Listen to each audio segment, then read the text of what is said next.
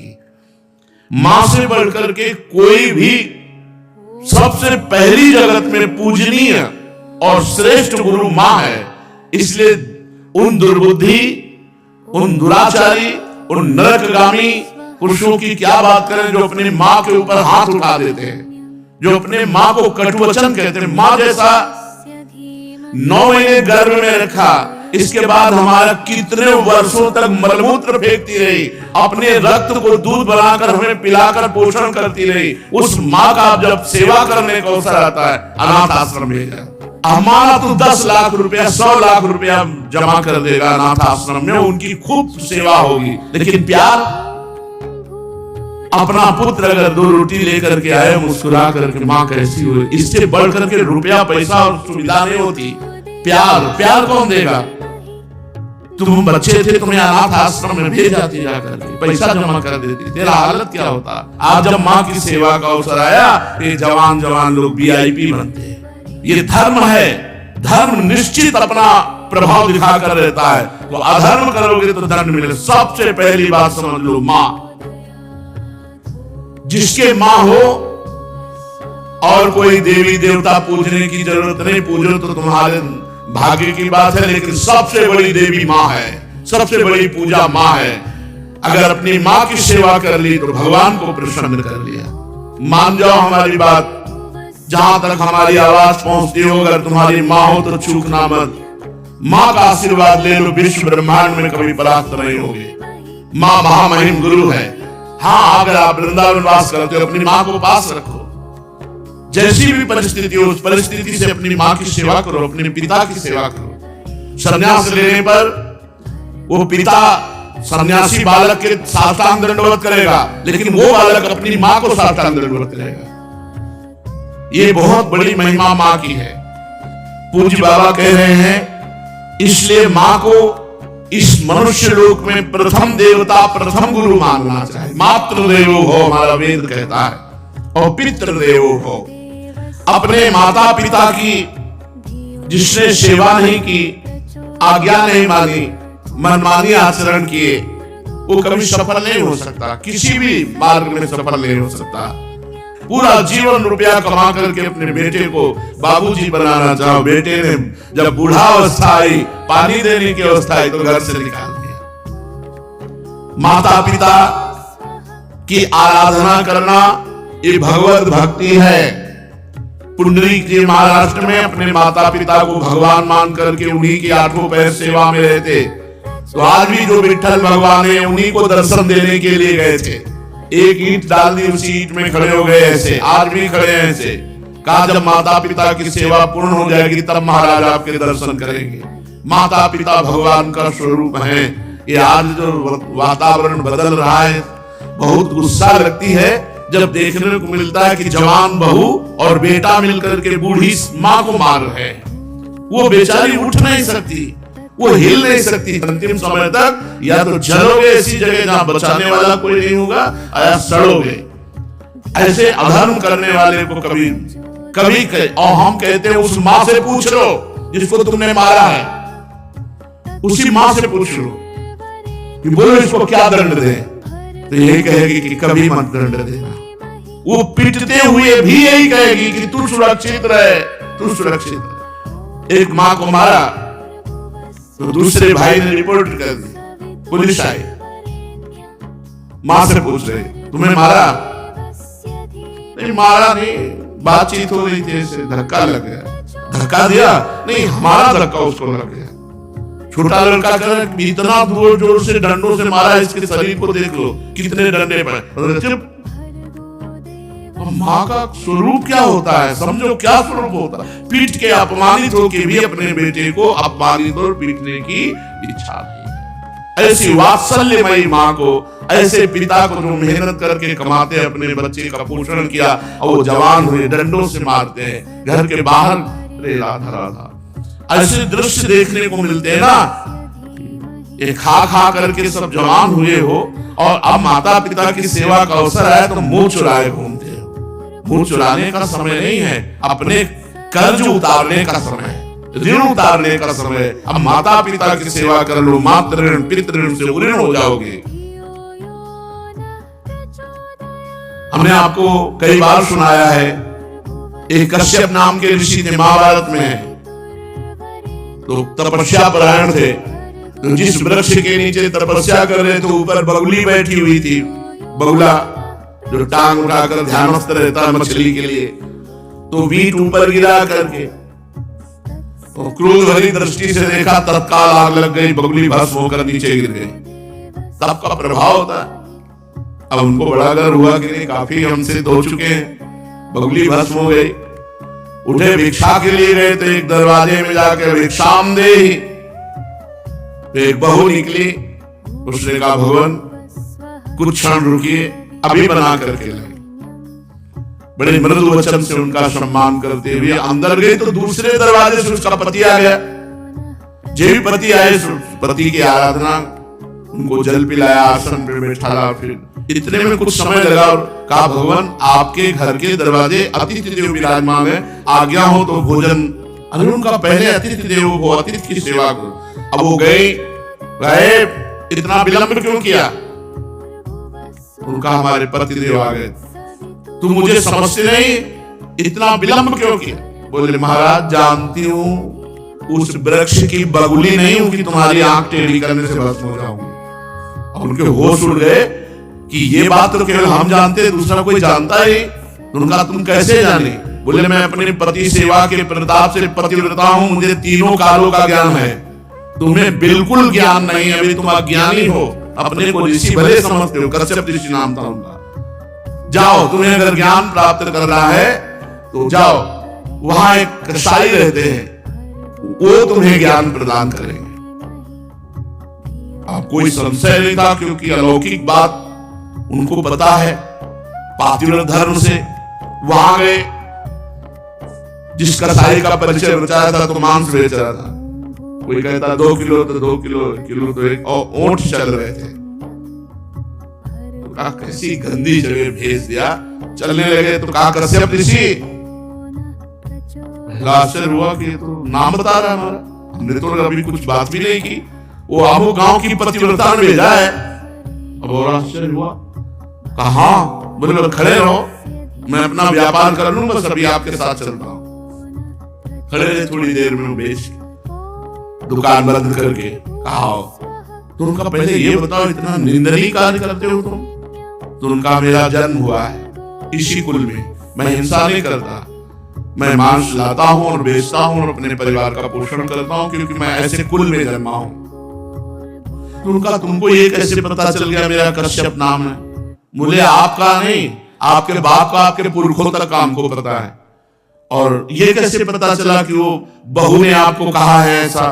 बोले, मुझे तीनों काल का ज्ञान है, भूत भविष्य वर्तमान। बोले, इतना निंदनीय कार्य करते हो तीनों काल का? बोले, हर समय नाम जप करता रहता हूं और अपने कुल के अनुसार व्यापार करता हूं, और मेरी प्रधान पूजा, चलो घर देखो।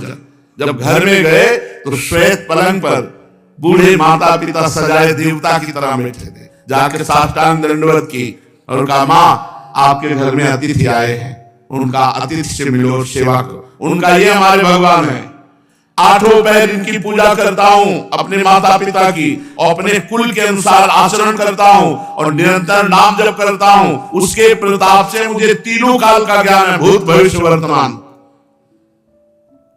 तुम अपने माता पिता को छोड़ करके तपस्या के लिए निकले हो, और वो भी अंधे हैं तुम्हारे माता पिता, जो स्वयं पानी नहीं ले सकते। तुम्हें कभी ना परम पद मिलेगा, ना स्वर्ग मिलेगा, नरक मिलेगा तुम्हें। उसी समय वापस हो गए, और जब माता पिता का शरीर पूरा हुआ तब पुनः तपस्या में लगे। माता पिता भगवान का स्वरूप है। स्वयं प्रातः काल उठी कै रघुनाथा, मातु पिता गुरु नावहि माथा। अपने माता, अपने पिता, अपने गुरुदेव के चरणों में स्वयं राम जी महाराज मस्तक रखते थे। प्रातः काल उठ करके सबसे पहले अपने माता पिता की जो आज्ञा का उल्लंघन करते हैं, उन्हें कभी सदगति प्राप्त नहीं होती। अब ध्यान से सुनो, यदि माता पिता भगवान का नाम जब भगवान की भक्ति का विरोध करने वाले हो, तो उनकी नहीं बात माननी चाहिए। यदि माता पिता भगवान की भक्ति का विरोध करने वाले हो तो नहीं माननी चाहिए। यदि माता पिता गंदी आज्ञा करे तो नहीं देना चाहिए। रोटी दाल खाओ, नहीं चाहे उपवास करके मर जाओ, तुम्हें मुर्गा बकरी नहीं देंगे आगे, तुम्हें शराब नहीं पिलाएंगे आगे। एक तरफ भक्ति का वर्णन किया, अब ये वर्णन किया उनके दुष्परिणाम। और अगर माता पिता गलत आज्ञा करते हैं तो नहीं, पानी पी के रहो, ऐसे रहो, शराब तुम्हें नहीं देंगे, मांस तुम्हें नहीं देंगे। क्यों गलत आदत बनाई? जो धर्म विरुद्ध है वो तुम्हें लाके नहीं दे सकते। यदि माता पिता भक्ति विरोधी हो तो उनकी बात नहीं माननी चाहिए। सेवा करने की बात नहीं कह रहे, सेवा करो, बात मत मानो। भक्ति विरोधी है तो बात मत मानो। यदि वो भक्ति विरोधी आदेश करते हैं, मांस भक्षण, मदिरापान या कोई गलत आचरण का, बिल्कुल आदेश मत मानो, बिल्कुल अमंगल नहीं होगा। तजो पिता प्रहलाद विभीषण बंधु भरत महतारी, गुरु बल तजो कंत ब्रज बलितन भेमुद मंगलकारी, जाके प्रिय राम अभय देहि, तजिए ताहि कोटि वैरिषम, यद्यपि परम सनेहि। दूसरे का धन चोरी से, बेईमानी से, घूस से, छल कपट से कभी नहीं लेना चाहिए। नहीं, वो तुम्हारे परिवार की बुद्धि भ्रष्ट करके नष्ट कर देगा। इस बात को बैठा लो, वो एक ही बार वाला सब पूरा नष्ट कर देगा। तुम्हारे घर के बच्चों की बुद्धि भ्रष्ट, पत्नी की बुद्धि भ्रष्ट और तुम्हारी बुद्धि भ्रष्ट। रोगे बाद में बैठ के।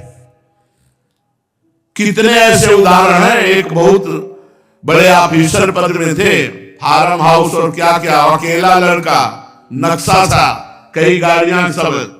अब लड़का धीरे धीरे डिप्रेशन में पहुंचा, अपने हाथ से अपना गला उड़ा दिया। अब बैठे पूरी जिंदगी भर रो, क्योंकि बुढ़ापा हो गया है, तो अब ये तो हो नहीं सकती कि संतान उत्पन्न हो जाए। अब केवल सोचो कि तुमने क्या क्या किया। अब जीवन भर वही फार्म हाउस और महल और गाड़ियां देख देख के रो कि इनका अधिकारी कोई नहीं है।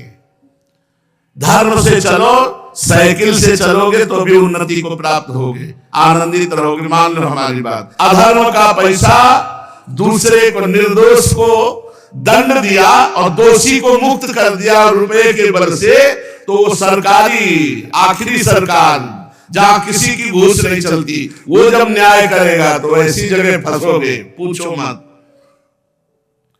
एक बड़ा बलवान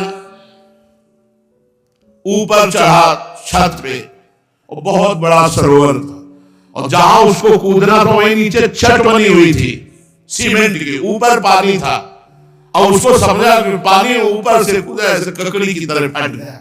यह है ऊपर वाले का न्याय। किसी और को फाड़ने की जरूरत नहीं पड़ेगी। बुरी दशा आने के पहले बुद्धि बदली जाती है, वहीं गिरोगे, ऐसी जगह फिसलोगे, ऐसी जगह फंसोगे जहां निकलने के चांस नहीं रहेंगे। अवश्य में भोक्तव्यम कृतम कर्म शुभाशुभम। धन दिमाग में भरे हुए हो, अगर धर्म से धन कमाओगे तो माना कि आप बहुत गरीबी से चल सकते हो, लेकिन आपके पुत्र, आपका परिवार सुसज्जित तेजोमय होगा। और अधर्म कमाओगे तो यही सब बाधाएं ऐसी आएगी जो जिंदगी भर केवल सड़ते रहोगे, दिमाग तुम्हारा सड़ा हुआ होगा। कोई उत्तम विचार, कोई आनंद, कोई चिंता शोक का नाश करने वाला विवेक आपको प्राप्त नहीं होगा। इसलिए अधर्म का धन, निर्दोष को दंड, दोषी को छोड़ देना,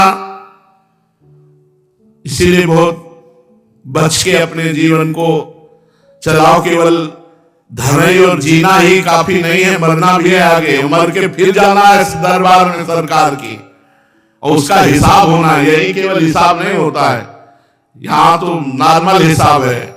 एक एक सेकंड का हिसाब सेकंड के कम हिस्से में हो जाएगा।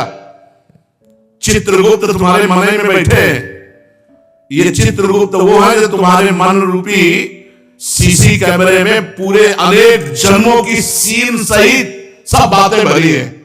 उसी को तो नाम जप मंत्र जप से डिलीट कर दिया जाता है। जब नाम जप मंत्र जप करते हैं तो सामने छा जाता है। इसलिए भाई, अधर्म के धन से बचो।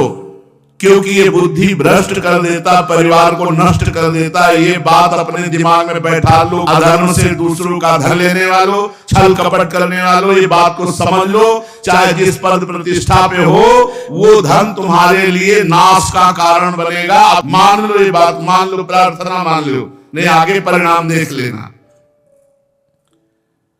कोई नहीं देख रहा, लेकिन तुम तो देख रहे हो, तुम देख रहे हो। कोई गवाही नहीं, लेकिन तुम गवाही हो। यहां जैसे वो जो जिससे गुप्त बात पूछनी होती है, उसको वो दबावा दे करके वो मशीन में डाला जाता है कि वो वही बोलेगा जो सत्य है।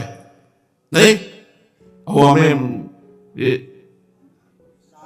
नारकोटिक, हाँ जो भी ऐसे, वहां नारकोटिक की जरूरत नहीं, वहां बोलोगे ही सत्य और तुम्हें बोलने का अवसर ही नहीं मिलेगा। केवल यस यस, एक सेकंड के हिसाब में अनंत जन्मों का हिसाब करने की सामर्थ्य रहती। तुम्हारे सामने शील चल रहे, तुम स्वीकृति देते चले जा रहे, बस ये चल सुअर बन, गधा बन। अब गए सुअरी की कोख में, अब भोगो।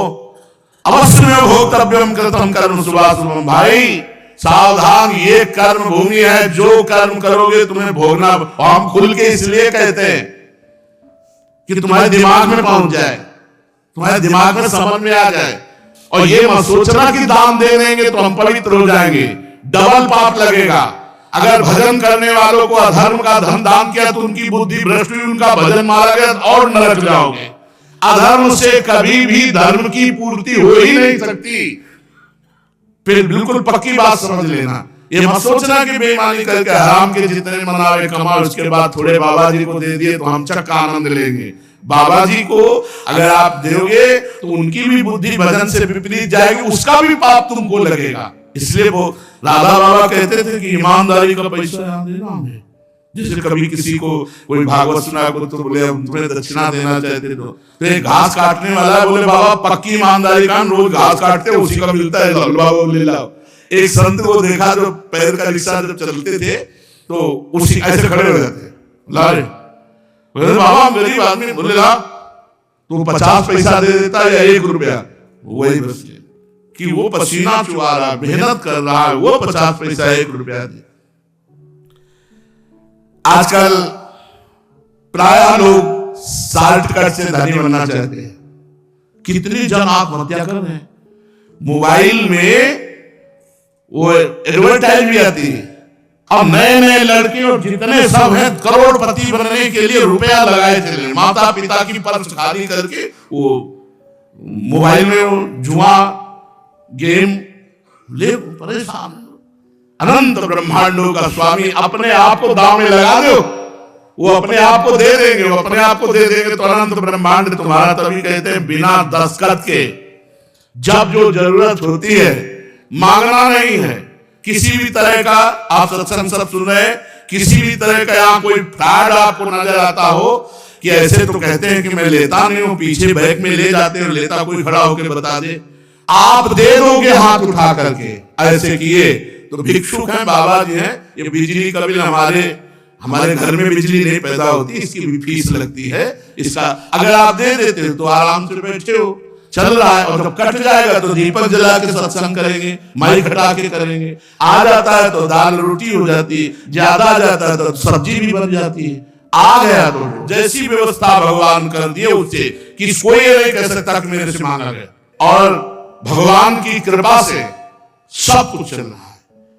हमारा अगर जीवन भगवान में अर्पित है, तो जिन्होंने अनंत ब्रह्मांड बनाया वो हमारी व्यवस्था नहीं करेंगे क्या यार? तुम्हारे द्वारा व्यवस्था चलेगी। कई बार राधा के कुंज में सत्संग का, तुम्हें भगवान की कसम है, अगर तुम्हें लगता हो मेरे द्वारा राधा के कुंज चलती है तो कभी 50 पैसे भी आप मत चढ़ाना, कभी नहीं। ये भगवान से चलता है। देखो कैसे चलता है। ऐसे चलेगा बिना पेट्रोल के, बिना ड्राइवर के। पुष्पक विमान में लगता था क्या ड्राइवर? पेट्रोल लगता था। अरे राधा के कुंज भी चल रही है, उन्हीं से चल रही, उन्हीं से चल। कैसे चल रही? दिमागों में चल रही, हृदय में चल रही, सबका भरण पोषण हो रहा है।